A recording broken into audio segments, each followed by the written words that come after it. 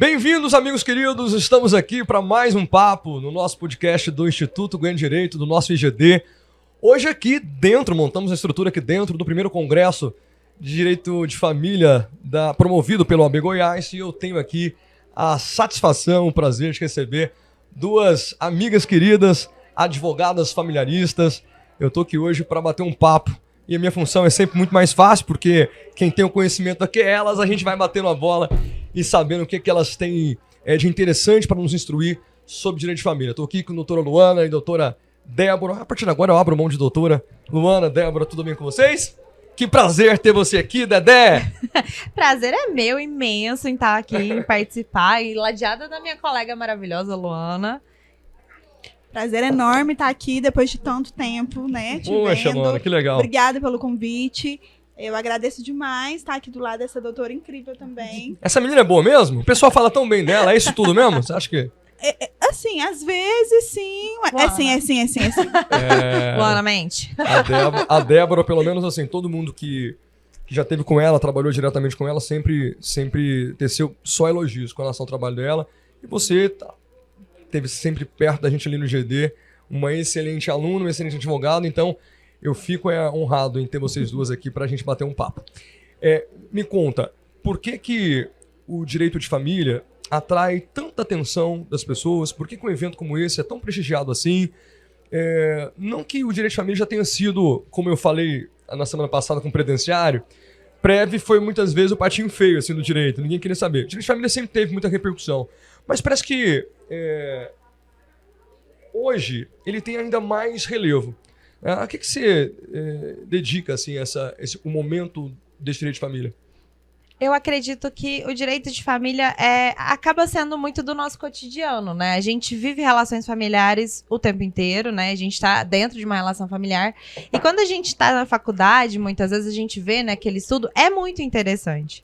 E aí quando a gente sai, né, vai para a área profissional e vai entender, né, que ali a gente está lidando com situações de afeto, né? E isso acaba chamando a atenção. Eu falo isso porque eu sempre, desde a faculdade, fui muito apaixonada. Meu TCC foi nessa área. E meu também. Eu fiz um tema, inclusive, sobre adoção por homoafetivos, que era um tema, assim, bem complexo. Sim. Na época. E então, eu acho que ele apaixona porque a gente tá falando de relações humanas. E o advogado que fala que não gosta de gente tá errado. Então, é muito disso. E ele é muito apaixonante porque ele mostra um lado do advogado que é muito isso, é muito humano. Então, eu vejo que isso chama muita atenção e faz muito sentido as pessoas gostarem e irem pra essa área. E, assim, eu sinto que todo advogado, em algum momento, fez uma ação de família. Pelo menos uma vez na vida. Pelo menos um alimentinho. Um inventário do primo. Uma escriturazinha pública de inventário. Com certeza já fez. Briguinha, um divórcio. Um divórcio. Então, assim, acho que acaba que é uma porta de entrada do direito. Então, eu sinto muito isso. A minha visão é que, pra mim, tudo começa e termina na família. Por mais que você queira fugir, porque tem muita gente que fala, não gosto dos parentes, não gosto da minha família, mas a minha visão é que tudo, né, é igual a Constituição fala, família base da sociedade tem proteção especial do Estado. A célula máter da sociedade. Com certeza. Então, pra mim, tudo começa e termina no núcleo familiar. E pra mim, assim, é no núcleo familiar que a gente mostra quem realmente a gente é. Então, assim, a família é um grande crush que eu tenho desde sempre. Uhum. E eu acho que a gente traz muito também das nossas vivências. Uma vez eu escutei até o presidente, o Lara, falando que a área que nos escolhe, não somos nós que escolhemos a área. Então, eu falo que eu não fui jogada no direito das famílias, mas o direito das famílias, de fato, me escolheu. E, assim, é muito interessante porque eu acho que toda ação de família é única. As pessoas, às vezes, mandam, né? Me manda modelo de tal coisa, modelo de tal coisa. Eu já penso diferente, porque eu acho que cada processo é de um jeito, porque cada família é muito peculiar à outra. Então, se a gente for falar aqui da nossa família, a minha é totalmente diferente da sua, que é totalmente diferente da Débora, e assim por diante. Eu acho que o bacana, o interessante da família é justamente essa mutação e é muito gostoso, enfim. Sim. Débora, eu percebo assim, eu não tenho uma atuação diária no direito de família, como vocês têm, no escritório e tal, mas já atuei muito.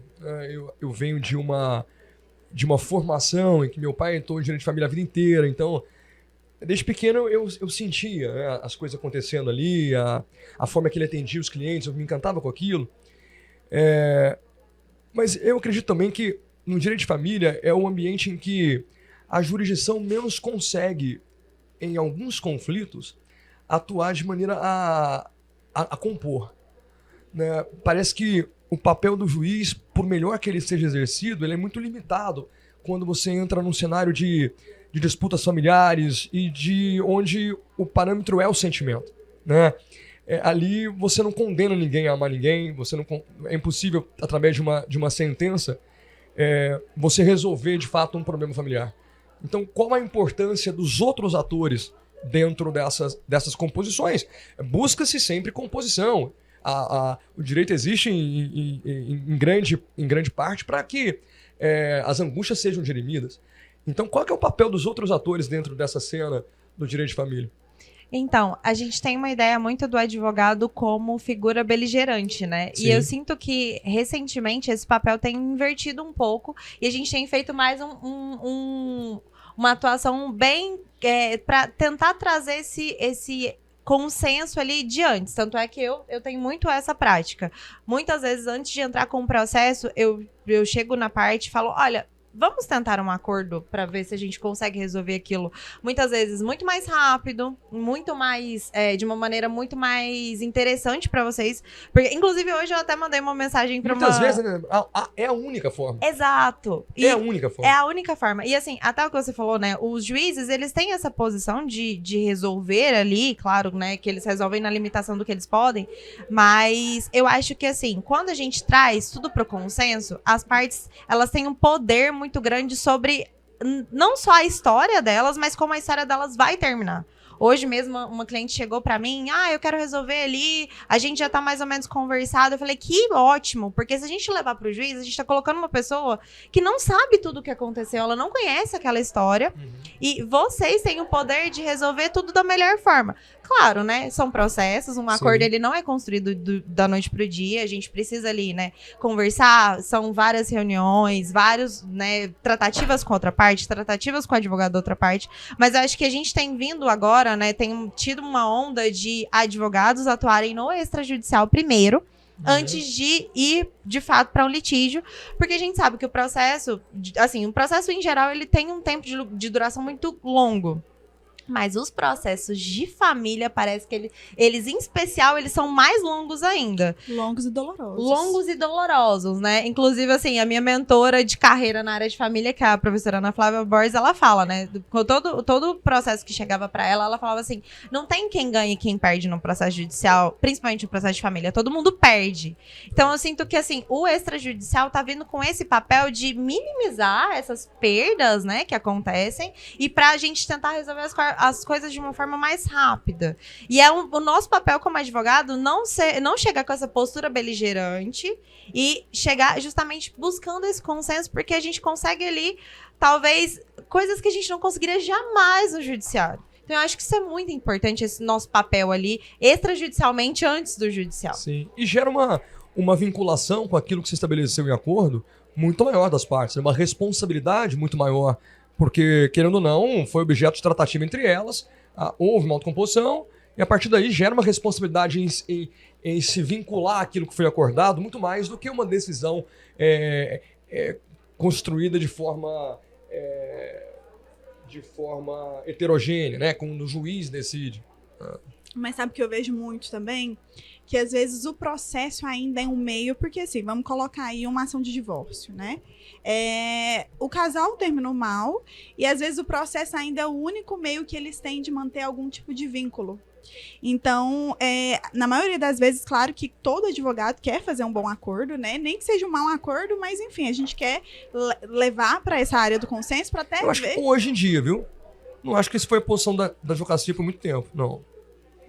Nem sempre a advocacia foi essa que sempre esse bom acordo, não. Acho que por muito tempo teve uma ideia, não sei se eu tô correto, mas do advogado igual aquele médico que não curava a ferida, porque foi com a ferida aberta que ele conseguiu criar a família inteira, lembra? Sim.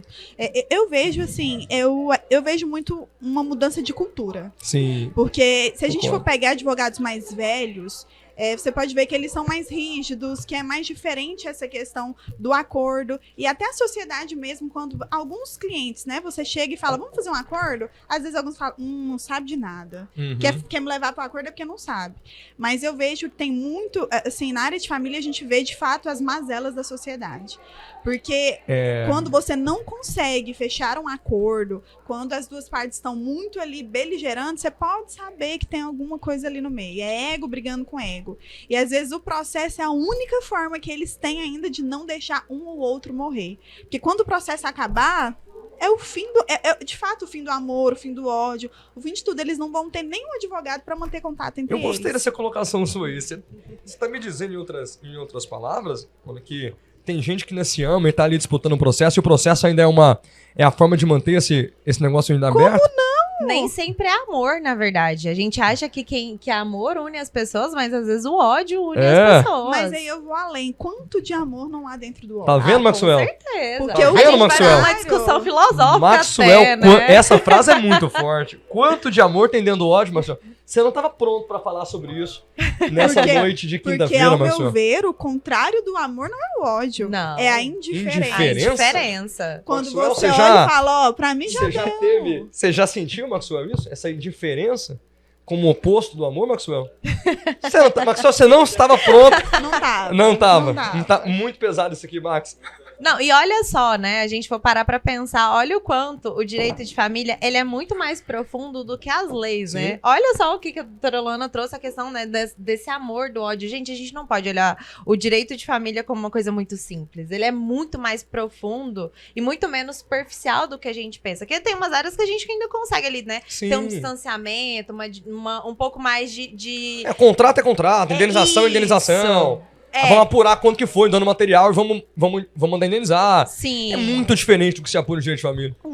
A gente não pode nunca manter uma ação no sentido assim, ela é um papel, ela é só um processo, ela é só um contrato. A gente E não, tudo, impossível. a gente vai pro campo da alienação parental, que coisa difícil que é a percepção disso, a decisão judicial sobre isso. Você não obriga ninguém a amar ninguém. É trem custoso essa área de vocês, hein, meninas? E assim, como o professor acabou de falar, a vida é muito dinâmica, é muito grande, cheio de caminhos tortuosos, caminhos bons, ruins, pra gente colocar as pessoas dentro de caixas, né? Pra gente olhar pra uma relação e falar, ai, eu acho que é porque ele traiu ela. Ai, não, é por causa... As pessoas, eu acho muito frio e muito sem afeto, muito diferente do que o direito de família prega. Você olhar para uma situação em si e colocar a pessoa dentro de uma caixa. Então, assim, o direito de família, ao meu ver, ele é a liberdade. Ele é como se fosse leis abertas que cabe a nós, advogados, usar ela como bem a gente quiser. Porque, como eu disse no começo, as famílias são muito dinâmicas. Muito dinâmicas. Então, como que eu vou pegar a sua família e vou colocar dentro de uma caixinha? Não, a família do João tá dentro dessa caixinha e nada mais pode acontecer. Então, assim, o direito de família é incrível. As leis são direcionamentos, né? Porque o direito de família, ele se constrói no dia a dia. Tanto é que, assim, né, não vamos muito longe. Tá falando do tema do TCC da homoafetividade. Até um tempo atrás, impossível. Constituição, né, casamento homem e mulher. Aí veio... na lei tinha a questão da limitação, mas no cotidiano existiam famílias formadas por casais do mesmo sexo. Então, não tem como a gente falar assim, o direito é o que tá escrito. O direito de família, ele acontece, ele vai acontecendo. Tanto é que, muitas vezes, o nosso trabalho, ele é muito mais da jurisprudência. Sim. Até porque a lei ela não pode ser mais rápida do que o próprio fato social. Sim, né? com certeza. Enquanto as questões não se harmonizam, de certa forma, não pode haver legislação que estabeleça um parâmetro para aquilo. Então, o potencial que a vida tem dentro das famílias, que é uma representação da sociedade como um todo, né? O potencial que ela tem de criar novas nuances, novos aspectos, novas composições, é muito mais rápido do que o direito legislado consegue atuar, né? Com certeza. E eu falo para todo mundo, né? Para os que estão entrando agora na faculdade ou que estão saindo ainda sem área para atuação. Você que está chegando agora, vem também com a gente se apaixonar no direito de família. Ainda é bom, Dedé? Ainda faz sentido o pessoal vir e brigar com vocês aqui, que já estão dominando essa área de direito de família? Você quer mais concorrência nessa área? Não, concorrente eu não quero não, tô passando. Não, brincadeira. Não, olha, mas porque a assim... visão é tão diferente, né? Quando a gente tá divulgando, a gente não tem medo disso. Sim. Né? De alguém chegar para roubar seu mercado. Até porque a gente sabe que quanto mais colegas bem preparados, mais fácil é a advocacia. Eu acho que os processos mais difíceis que eu tive de terminar foram processos que eu tive do outro lado colegas que não estudavam, que não se preparavam para aquilo. Quando você tem do outro lado um colega preparado, é muito mais fácil atuar. Né? Não, e eu acho que é muito mais fácil até na leitura das peças. Tem muito colega que não se especializa, enfim, que não estuda, que você vai ler uma peça que você não sabe nem responder. Aí você fica assim, você perde uma tarde para responder uma peça que você poderia responder, sei lá, em 1 hora, porque você não consegue entender o que aquele advogado falou. Você fica tão receosa de... Às vezes uma peça que você poderia fazer de 3 lados, você transforma em 10 para tentar explicar e rebuscar o que de fato não foi dito ali. Então eu concordo com o senhor quando diz que advogados mais bem preparados fazem um processo melhor. E ainda digo mais, eu acho que se você faz o básico bem feito, ninguém te tira. Uhum. E eu acho que eu acredito também numa coisa, acho que é muito importante é que assim, as pessoas têm a ideia do eu vou fazer direito de família porque me aparece. E realmente, a gente quando tá, por exemplo, no começo de uma carreira autônoma, às vezes no começo de carreira, a gente vai pegar todas as ações que me aparecem, né? Porque a gente sabe que capacidade para aprender todo mundo tem. Mas o direito de família, ele tem uma coisa que é fundamental, ele precisa de estratégia. Ele é um jogo de xadrez. Então, às vezes, você vai ali com uma ideia e no meio do caminho, tudo muda de figura. Então, assim, se você vai atuar na área de família, pense o seguinte, você está lidando com uma vida, você está lidando com dores de pessoas e muitas vezes você talvez nossa, eu fechei um ótimo contrato, vou ficar nessa área porque é rentável. Não pense só no dinheiro, porque faz muita diferença quando você trata o processo com o devido cuidado que ele tem. Então, assim, tudo bem, vá começar pelo direito de família, mas se capacite, esteja em ambientes como um congresso, esteja em ambientes, por exemplo, como a CDF, que é um ótimo lugar para se tirar dúvidas, para fazer networking, para conhecer pessoas. CDF é Comissão de Direito de Família. Isso, é Comissão de Direito de Família. Esteja no meio desses ambientes para você enriquecer não só você como profissional, mas a sua atuação, porque o que eu vejo é isso, as pessoas do outro lado muitas vezes estão despreparadas, e aí elas vêm na questão da discussão, né, não, eu vou brigar, porque direito de família é briga. E aí, muitas vezes, se perde muito ali, justamente por conta desse despreparo. Então, acho que é muito importante, assim, vai pegar um processo, estude muito bem, converse com colegas. Às vezes, tem medo de fazer o primeiro sozinho, faz uma parceria com alguém que tem experiência para você entender que o direito de família é muito mais do que só o que tá ali naquelas páginas daquele documento que você elaborou. Entendi. É uma família que tá em jogo, é uma vida que tá em jogo. E estudar da forma tradicional ainda faz sentido, Luana, para os meninos que nos acompanham? Leia-se, assistir aula, ler livros que são lançados e temáticas importantes, obras monográficas de temas que são caros ao direito de família. Isso ainda tem valor? Olha, eu vou falar uma coisa que, assim, que eu acredito muito, tá? Quando eu fui fazer minha primeira pós-graduação, para quem não sabe, eu tenho 2 pós-graduações pelo IGD, eu ouvi muito dizer, gente, mas você vai fazer pós-graduação, vai estudar de novo, pós-graduação não vai te dar nada, você tem que arriscar, você tem que fazer... Eu penso assim, para você ter alguma coisa, ainda mais, assim, se você não tem família dentro do direito, né? Se você não vem de uma família tradicional, a única escolha que você tem é estudar. E pós-graduações vai te dar estudo, né? Vai te dar conhecimento e também vai te proporcionar network. Então, assim, tudo que eu tenho hoje pode parecer aquela balela que nosso pai falava, mas tudo que eu tenho foi o estudo que me deu.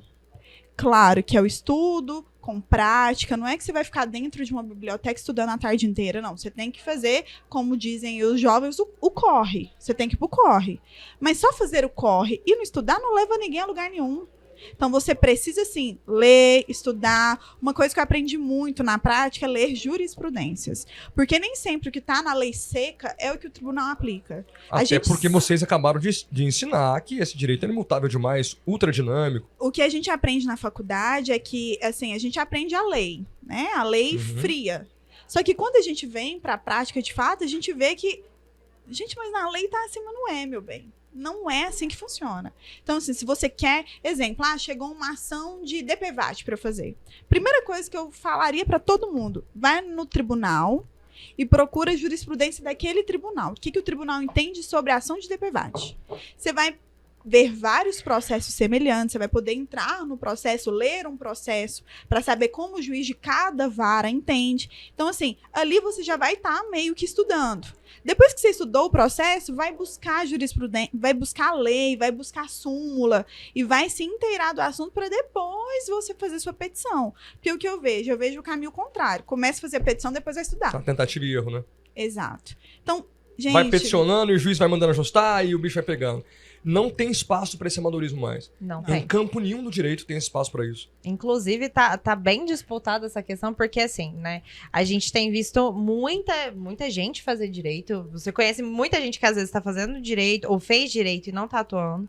Então, a gente vê aqui que a média das pessoas tá aqui embaixo. E assim, a gente não precisa de muito pra se destacar. Falo e às muito vezes, isso, Débora. Falo ter muito uma isso. pós-graduação faz muita diferença. Eu falo porque eu comecei a fazer a pós-direito de família. E vamos lá, né, Débora? Eu acho que você ratifica isso. Não é fazer a pós pra estar num ambiente onde você vai uma vez no final de semana e sai de lá e vai embora. Aliás, fazer isso, ok, o mínimo. Pode gerar algum relacionamento e tal, mas até entre os seus colegas, se você quer ser bem visto, estude.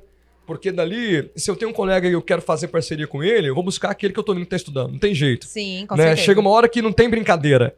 É um negócio pra valer e você quer pessoas sérias do seu lado. Fazer pós-graduação não significa ir à aula no final de semana. Aliás, eu acho que você que faz uma pós-graduação conosco, em qualquer lugar, tende a aproveitar muito pouco após se fizer só isso. Imagine uma pós de 14 módulos, são 14 finais de semana que você foi embora, em 1 ano e meio você teve 14 encontros e aquilo não te proporcionou um estudo efetivo, que para mim é um estudo silencioso em casa, não adiantou muita coisa, até porque o estudo de final de semana se perde. E não é estudo, né? É ouvir o professor. Ali é ambiente de geração de insights, de provocação, e eu acho que muita gente não quer mais esse ambiente, porque estudar é muitas vezes ser provocado sobre coisas que você não conhece. Sim. E isso gera desconforto. Então estudar é obrigatoriamente estar exposto ao desconforto. E o desconforto é tudo aquilo que é nadar contra a correnteza, porque é tudo que a gente não quer. Abrir mão de um final de semana para estar num lugar em que eu vou ter só desconforto, onde eu já estou no direito de família e mesmo assim vou ter alguém lá que fala coisas para mim que eu não sabia ainda. Isso é muito desconforto. Para um momento em que todo mundo só quer ser aplaudido, só quer ser festejado, só quer ser acariciado. Estudar é você estar em contato diário com o desconforto.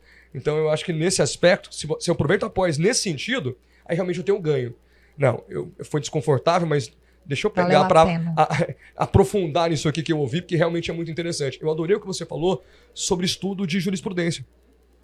De leitura de súmula, que não significa só o verbete, só o enunciado da súmula.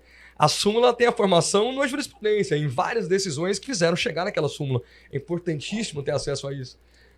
Importantíssimo, né, Débora, nos corres nossos e na nossa atividade, a gente não pode permitir que o juiz conheça mais o nosso processo do que a gente mesmo. Perfeito. Eu falo isso muito para os meus alunos, porque foram situações práticas que eu já vivi, assim, que parecia que o juiz do caso sabia mais do meu processo que eu. Na época... mas, doutor, nas folhas tais tem esse documento? É inadmissível que o juiz conheça meu processo mais que eu mesmo. Hoje seria o evento tal. Doutor, você falou que não tem, mas tem. No evento tal foi juntado isso aqui.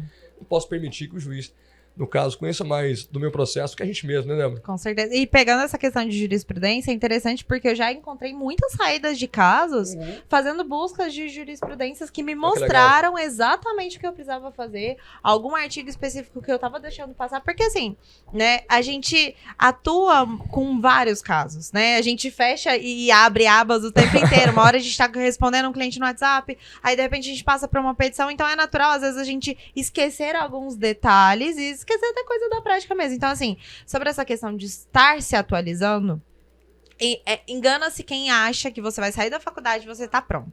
Porque acho que a primeira coisa que a gente tem como profissional é ter a humildade de saber que a gente sempre vai precisar aprender mais, porque a gente não sabe nada. Uhum. E assim, não é que a gente não sabe nada de nada, mas a gente sabe muito pouco se a gente for parar pra pensar. E ainda mais na nossa área que é muito dinâmica, que está constantemente se atualizando, a gente precisa estar preparado para os desafios que vão acontecer, porque vai chegar um caso que você vai olhar e falar assim, eu não tenho a mínima ideia do que eu vou fazer.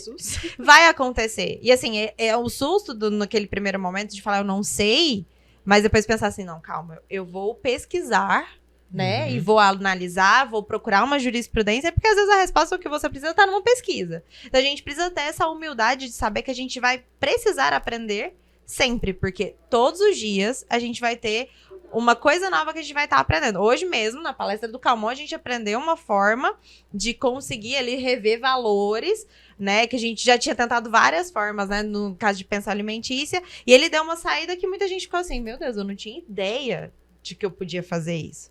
E assim, ele até falou, né, pra gente mandar mensagem pras pessoas, pra mostrar essa solução. E eu acho que, assim, a gente precisa entender isso, que toda vez, num caso, a gente vai aprender algo novo, que a gente vai levar para um próximo, que a gente vai aprender algo novo naquilo. Então, a gente precisa sempre estar se atualizando e estudando, porque faz parte da gente como profissional. A gente precisa estar atualizado, a gente precisa estar pronto e preparado, mas vai ter casos que a gente não vai estar 100% preparado, mas a gente tem que estar disposto a aprender, porque o bom profissional é esse que entende, que ele precisa estar sempre atualizado. Luana, é uma chave importante essa humildade? Parece que toda profissão tem isso. O direito, eu sinto que algumas vezes o advogado ele tem até um certo receio de falar que está estudando.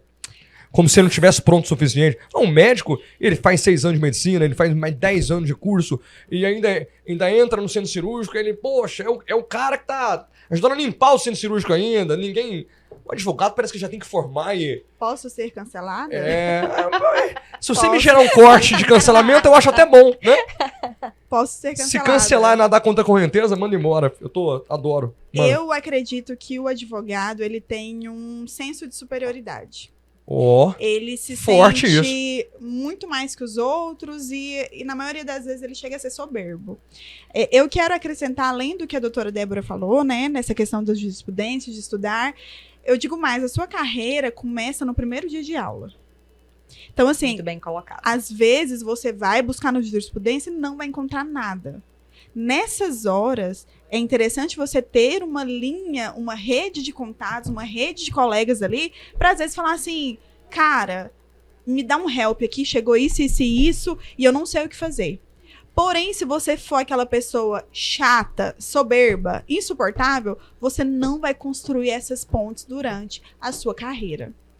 E assim, para quem estiver começando, para quem hoje é o primeiro dia de aula, o que eu falo, gente? Eu acho que isso a gente tem que levar para a vida, de ser gentil e humilde com todos os lugares que a gente passar. Os professores que estarão te dando aula, amanhã pode ser o juiz que está julgando seu processo. E se você for um péssimo aluno, um aluno pé no saco, ele vai lembrar de você. E quando chegar o seu processinho ali, ele vai lembrar do seu nome. Assim como ele vai lembrar quando você foi o excelente aluno. Exatamente. Com certeza. E às vezes você vai despachar com ele, a conversa vai ser muito mais agradável se você for um bom aluno. Ele vai falar, poxa, eu te dei aula. Nossa, que interessante. O seu professor vai ser o seu ex-adverso amanhã. Você nunca vai saber contra quem você vai estar advogando ou a favor de quem. Então, assim, a sua carreira começa no primeiro dia de aula. Então, é claro que a gente nunca vai ser excelente em tudo, a gente tem dias bons, dias ruins, mas eu acho que isso é muito interessante para quem está começando, sabe? Então, a gente tem que... E eu acho, assim, uma coisa também que eu busco sempre trazer, né, para minha advocacia. Eu trabalhei durante muito tempo com um advogado muito grande aqui do estado de Goiás e até do Brasil, que eu me recordo perfeitamente de um dia a gente lia muito jornais, jurisprudência STJ, e apareceu um advogado de 25 anos fazendo a primeira sustentação no STJ, e o título da matéria era assim, advogado de 25 anos conta o segredo do sucesso. Meu chefe deu uma gargalhada enorme, eu falo que ele é meu chefe porque ele foi meu mentor, foi o meu primeiro estágio, enfim, eu me fiz dentro do escritório dele, e ele falou assim, gente, a advocacia se faz um dia de cada vez. Para você chegar no topo da montanha, você tem que ir degrau em degrau. E muitas das vezes você vai ter que voltar para pegar alguma coisa. Então, assim, é um passo de cada vez. Não tente pular, porque quando você chegar lá no final, vai dar errado. E tem coisas que só o tempo pode construir. E eu vejo que a nossa geração tá muito afobada para tentar amanhã. Eu comecei a advogar hoje, amanhã eu já quero pegar o cliente de 10 milhões. Arrasta para cima que eu vou te mostrar os 10 passos para ter 30 mil reais por mês. E é de tanta soberba isso, né? Falar que eu sei o caminho que te leva ao sucesso. Eu brinco com os meninos na sala de aula que a gente monta uma playlist. E nem a playlist que eu montei hoje me serve amanhã. Eu saio pulando as músicas da playlist. Então nem a minha opinião de ontem serve pra hoje. Imagina alguém que não me conhece pra falar os 5 passos pro meu sucesso. E eu vejo as pessoas realmente bem-sucedidas, elas sequer têm coragem de falar que tem os passos pro seu sucesso, porque elas sabem que na construção dela foram tantos nãos e tantas possibilidades de ter dado errado, né? E que é de muita soberba eu afirmar que eu tenho os passos pro seu sucesso. Mas são pessoas também geralmente descomprometidas com o resultado efetivo que a fala delas vai gerar. São geralmente franco-atiradores, né? Que lançam fórmulas de sucesso, que nunca deu certo nem com elas mesmas.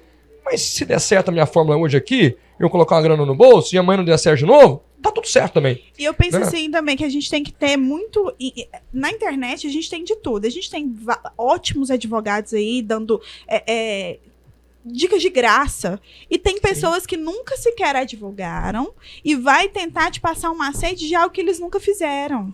Então, assim, eu acredito que primeiro de tudo, gente, estuda. E, assim, tente buscar a qualificação, faça uma pós-graduação. Eu sou adepta à pós, porque tem gente que fala, vai gastar dinheiro à toa. Eu não acho. É igual, eu me recordo perfeitamente de um dos módulos da pós, que a professora entrou na sala e falou assim, se eu te der algum insight hoje que vai mudar a sua advocacia, já valeu. Então, qualquer vírgula que pode mudar algo na sua advocacia ou dentro de você, já valeu. Então, assim, eu acho que a gente tem que ir com calma, né? Principalmente os jovens advogados de hoje, que quer as coisas para amanhã, gente. Nada é para amanhã. Uma árvore demora anos para ficar grande. Então, assim, para você ficar grande, não vai ser em 1 ano, 2 anos, que você pode ser consiga, ótimo. Mas normalmente não é assim. E a gente tende a se comparar muito com as outras pessoas, né? Com o que a gente vê na internet. Só que será que no íntimo ela é isso tudo? Eu acho assim, sucesso... Débora, você é uma pessoa muito bem sucedida na internet. Não, na internet... Eu quero saber disso aí. Porque, assim, mentira essas fotos que eu vejo você na praia, na Polinésia Francesa? Você tá mentindo pra gente? Não, com certeza não. Mas você tá se prestando esse papel, Débora? Deixa eu fechar uma questão aqui que a doutora Lona colocou, que eu acho que é muito importante a gente falar. Sucesso eu quero saber das viagens na praia depois. Não, eu vou falar. Não pula isso, não. Eu vou falar. Tá. Sucesso é consequência. Sucesso é consequência de construção e muito trabalho. A gente, assim, né? A gente olha, às vezes, para as pessoas, né, postando que tá tudo lindo, maravilhoso. Muita gente realmente mente. Não vou falar que as pessoas não mentem na internet, não, porque eu sei que mentem. Mas se você for olhar, por exemplo, eu vou falar por mim. Eu tenho trabalhado muito mais desde que eu me tornei advogada autônoma. E eu tinha a ideia de que a vida do advogado autônomo era muito mais tranquila. Muito pelo contrário. A gente tem um horário muito mais flexível e a gente vai encaixando serviço ali, né? Mas olha... A internet é muito importante. Ser patrão da gente mesmo é difícil, né? É muito. E não tem pra quem você pedir de férias, e derivar o seu problema, né? Não assim, tá dando errado porque o cara é sempre mais fácil, né? Não. E se deu errado, a culpa é minha. Mas assim, a internet hoje em dia é um meio muito importante pra se estar, porque a gente precisa estar em um lugar que a gente é vista. E ali potencializa muito a nossa possibilidade de serviço. Eu falo por mim. Hoje, eu tenho muito mais cliente do que eu tinha há um tempo atrás, quando eu não me posicionava, porque eu passei a me colocar como uma autoridade de direito de família. Claro que assim, né, ainda estou em construção, porque eu acho que nunca a gente vai estar 100% pronto, a gente nunca vai estar 100% nesse ápice, assim. Acho que quando a gente chegar nisso, a gente, sei lá, a vida acabou, né? A vida acabou. Só tem essa chance. Mas eu acho que é muito importante um posicionamento, mas uma coisa que eu levo pra mim é o seguinte, você precisa ser muito fiel àquilo que você acredita. Se você vai falar, você vai mentir alguma coisa, pense que as pessoas, elas percebem, ninguém é bobo. Todo mundo consegue olhar ali e perceber. Eu acho que tem gente boba pra caralho. Tem gente boba demais. Por isso que tem tanto estelionatário, que tem muito bobo. Será que as pessoas são bobas mesmo? Elas se deixam levar pela ideia do sonho elas são bobas, só que elas são bobas por certo tempo. uma hora, que o movimento é pendular, uma hora a ficha cai, é a hora que ela vem pra seriedade e tudo mais, mas ela fica muito tempo nessa... A gente acaba sendo levado pelo desejo de construir aquilo que aquela pessoa construiu. E aí acaba que as pessoas se deixam levar e vão sendo levadas até que elas percebem. Mas é por isso que eu falo que, assim, se você vai se posicionar na internet, se posiciona com aquilo que você acredita, não tenta enganar ninguém, não, porque uma hora a conta vem. Sim. E a conta de enganar os outros é muito alta. Só que aí eu vou colocar um ponto muito importante. Bora. Não adianta você ficar só na internet. Se você vem para um congresso desse e você não cumprimenta nenhuma pessoa, você fez alguma coisa de errado. Ixi, então eu tô fazendo errado. Não, João, você é conhecido por todo internet, mundo. Max. Eu sou um ser da internet, eu não gosto de pessoas assim, não. Débora, é isso então, tem que tentar as caras mesmo, né? Tem, claro. Tá na internet fazendo um TikTokzinho lá, videozinho? Não, assim, a dancinha é opcional. Você faz assim ou não? Não né? faço. Pelo amor de Deus. Zero desenvoltura pra isso, pelo amor de Deus. Não, mas é quem gosta de fazer, quem tem muito prazo pra cumprir, Débora?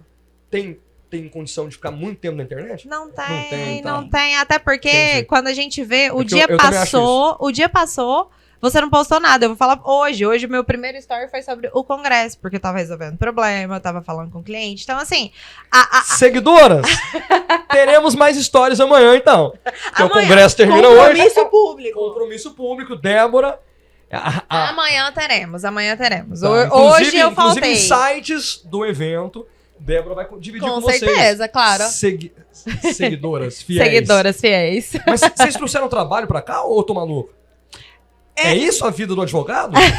No caso, a vida de advogado é beber café e cumprir prazo, né? Porque se não tiver um café... Raiva. Você tá nessa já, Luana? Cumprindo muito prazo, bebendo muito café e trazendo trabalho. Isso aqui é uma ementa de uma decisão? Você quer dividir com a gente? Isso. No caso, nós trouxemos uma ementa de uma decisão muito interessante. No caso, essa decisão é do STJ, do Superior Tribunal de Justiça, que fala sobre a mitigação do direito real de habitação. Para quem não sabe, o direito real de habitação é um direito que a viúva tem após o falecimento do seu cônjuge, que ela tem o direito de permanecer no imóvel que servia de lar da família até a sua morte, sem pagar aluguel e sem nenhuma contraprestação, desde que seja um único imóvel daquela natureza. Porém, esse até então era um direito absoluto, até que o STJ entendeu que, a depender do caso, a viúva vai ser tirada do bem do imóvel, que era de residência do casal, mas tem que ver caso a caso. O que levou, nesse caso, por exemplo, a essa mudança de compreensão? Esse caso foi um caso muito interessante. O que aconteceu? Essa viúva, né, era casada com o cônjuge e eles tinham uma família antes dela. E quem até era o advogado deste processo era o neto do falecido. Uhum. E o neto falecido, o falecido era um procurador da República. E então ele falece, deixou um único imóvel de residência. Então ela já tinha meio que, vamos dizer assim, o direito real de habitação de ficar lá até o final da sua vida. Inclusive, mesmo contraindo novo matrimônio. Então, assim, ela poderia ficar lá sem pagar aluguel, sem nenhuma contraprestação, e poderia até levar um novo marido para dentro da casa. Era esse o Instituto do Direito Real de Habitação. Morre, Maxwell, pra você ver. Vai lá, bobão. Morre. Morre que a viúva fica, casa de novo. E vai morar nos seus trens. Maxwell ficou 12 anos namorando, mais 8 ou 9 anos de noivado. Na justificativa, inclusive puxando um gancho aí, a justificativa dele era, tava construindo a casa dele. Uhum. Então eles tinham um lote, foi construindo essa casa, mas a casa nunca ficava pronta. Foram mais ou menos 8 a 9 anos para essa casa ficar pronta. E a casa já tinha uns 2, 3 quartos, e o Maxwell falou que precisava de mais. Hoje virou um hotel, né, Maxwell? Foi subindo? Andar por andar? É bom que você entendeu agora que as meninas estão te falando. Você morre e deixa você o hotel lá para alguém usufruir ainda. Aí, nesse caso, após o falecimento, ela teve direito à pensão, né? Por morte dele. E, segundo buscas que eu fiz, essa pensão começa. Se você vira procurador hoje, normalmente é R$33 mil que recebe de subsídio. Então, assim, ela ficou na casa e ainda recebendo essa pensão. Mas aí tem uma vírgula desse caso que é muito interessante, que essa viúva não era a mãe dos filhos do morto, vamos dizer assim. Então, os filhos dele pagavam aluguel e ela ficou com a pensão e com a casa. Porém, foi visto no meio do processo que ela tinha como pagar um aluguel, porque ela tinha rendimentos para isso, e segundo consta aqui na ementa também, ela tinha depositado na conta dela mais de R$400 mil. Enquanto os herdeiros, de fato, dessa casa, porque era um bem particular do falecido, estavam em situação de vulnerabilidade. Então, foi desconstituído, foi mitigado esse super direito para que, então, ela fosse tirada dessa residência e os herdeiros, então, pudessem tomar posse. Porque também, aqui na ementa diz, parece-me que um dos filhos dele era 13 anos mais velho, 13 anos mais novo do que a viúva. Então, assim, eles talvez nunca iriam adentrar no imóvel. Até o falecimento dela. E buscando a finalidade da norma, né? Que nesse caso Sim. A proteção do... A proteção, tem também a função social, né, desse instituto. Porque a função social do instituto não é puramente a viúva ter onde morar, mas é proteger a prole deixada pelo falecido, o que no caso não havia sido protegido. Maravilhoso. E esse caso é interessante porque, assim, né? Claro que, obviamente, é um caso muito peculiar, porque a gente tá falando de uma viúva de um procurador que tem uma pensão por morte considerável. Voltosa, né?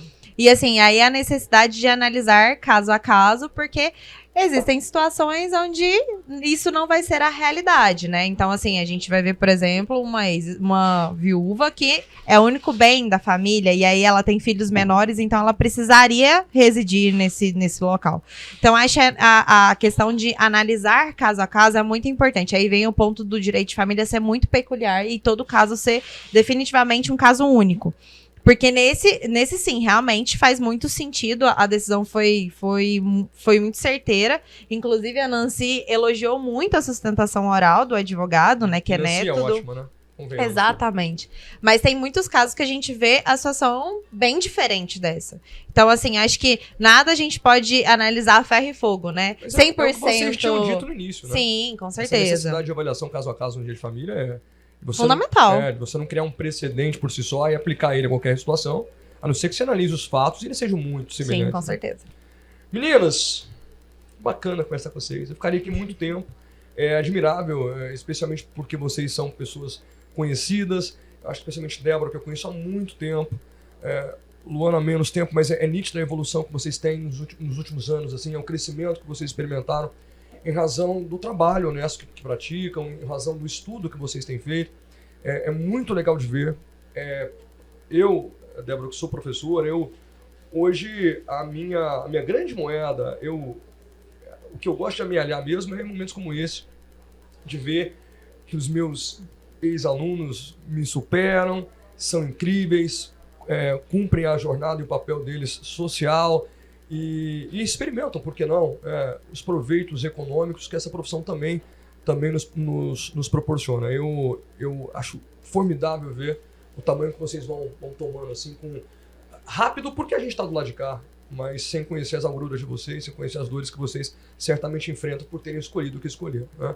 Eu agradeço mais pelo papo, porque, obviamente, se eu aprendo com vocês, muita gente que está nos ouvindo tem a oportunidade de aprender também. Aliás, o podcast surgiu disso.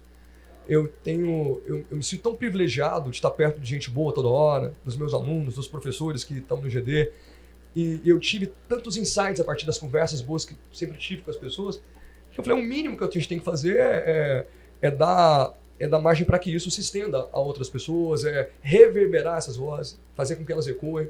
E aí o podcast é isso, é a oportunidade de que as pessoas invadam as conversas, né? E a partir delas saiam maiores, como a gente sempre sai daqui. Então, muito obrigado a você, Débora, Luana. Que bacana ter te reencontrado aqui, para a gente poder falar de direito de família, mas falar de carreira, falar também de estudo, falar daquilo que vocês acreditam. Obrigado a vocês duas. A gente agradece. Invadir um pouco aqui, né? Que antes era só pra ser a Luana, mas invadir pra falar um pouco também. Na verdade, foi ótimo.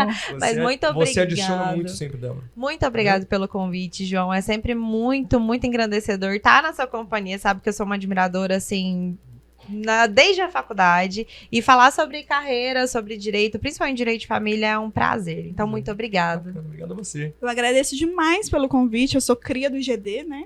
Fiz Somos duas pós-graduações cria, lá. cria.